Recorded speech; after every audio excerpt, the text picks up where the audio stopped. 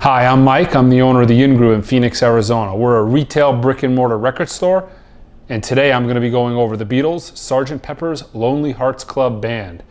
Last time I checked on Discogs, there was 589 different variations of the Beatles' Sgt. Pepper's Lonely Hearts Club Band, and most of them are utter shit.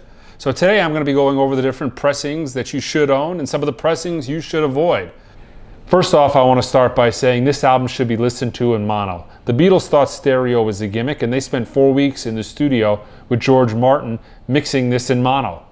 When they were done mixing it in mono, they left. George Martin mixed the stereo version of this album in less than a day. This is the original UK issue on the black and gold Parlophone label in mono. Great sounding. This is one of the best sounding mono versions of this album out there that exist. Tough finding a clean copy. Not a lot of people bought this album and said, you know what, not really a fan of this album. Let me just put this on the shelf and never listen to it again. This is the US mono copy, first pressing, but in this case it doesn't matter. For some reason, every single Beatles record that was done by Capitol sounds like garbage. Here's a UK stereo copy on the original black and gold Parlophone label. Great sounding record. Highly sought after. If you want an original pressing, you want a Parlophone pressing. This is the US stereo copy.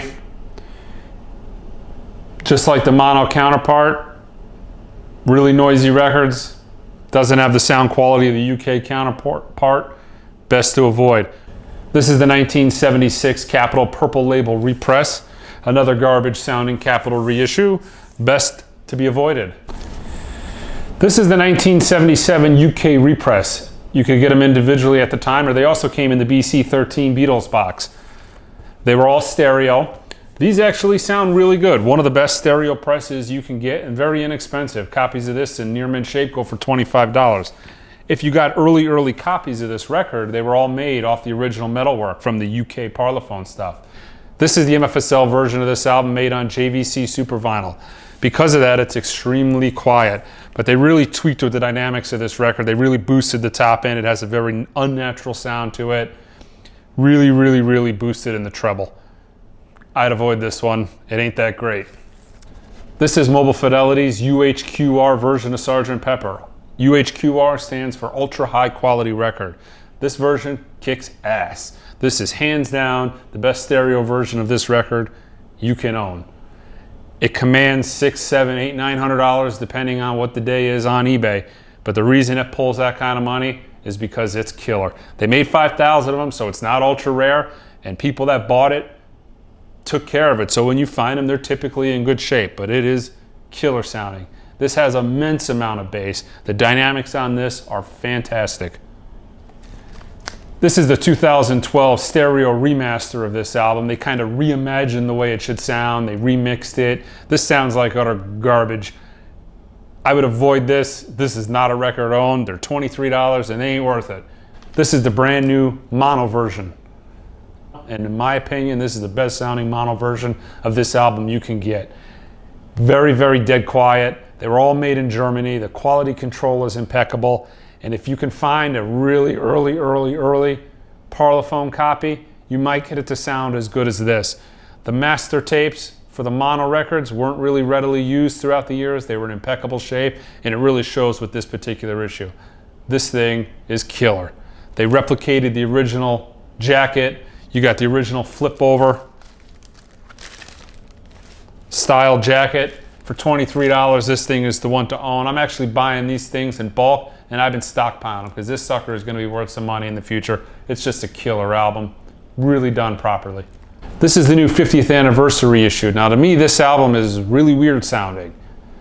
The bass is too much, the drums are too much, the mix is just weird. I know what they were trying to go for here. They were trying to make it sound more like the mono, but why not just buy the mono? It's cheaper. It's 23 bucks. But what this album has that's really killer is that double disc. Now the Beatles very seldomly release outtakes, but they did an alternate version of Sgt. Pepper as the second disc, and that really is worth buying this album to kind of hear how they put this album together. Those other takes are really raw, they're not very processed, and they just have really great sound, and it's really great to be able to hear alternate versions of some of the best songs ever written. Also, there's two records I like to talk about that I can't comment on because I don't have. The first one is the Nimbus Supercut. That was done as a Hi-Fi magazine, mail order record only. They only did about 1,000 of them. I have other Nimbus Supercut records. They sound great. I'm sure that one does, but I can't review it. The other one was done for the 1983 Sydney Hi-Fi show. That was done by Audio 5, and that was kind of a record that was meant to show the absolute best of what that EMI Australia was able to do. And I hear it sounds killer. Don't have a copy of that. Unfortunately, can't review it. They're going for $2,000–3,000 nowadays. I heard it's great. Can't tell you. Okay, to sum it up, for the mono, I'd go with the brand new reissue, followed by the original black and gold Parlophone. For the stereo, I would go with the UHQR by Mobile Fidelity, followed by an original first pressing of the black and gold Parlophone, followed by the 1977 reissue from the BC13 box set. Alright guys, that's it. If you have any suggestions on future records we should do, leave it in the comments. Don't forget to subscribe, and until next time,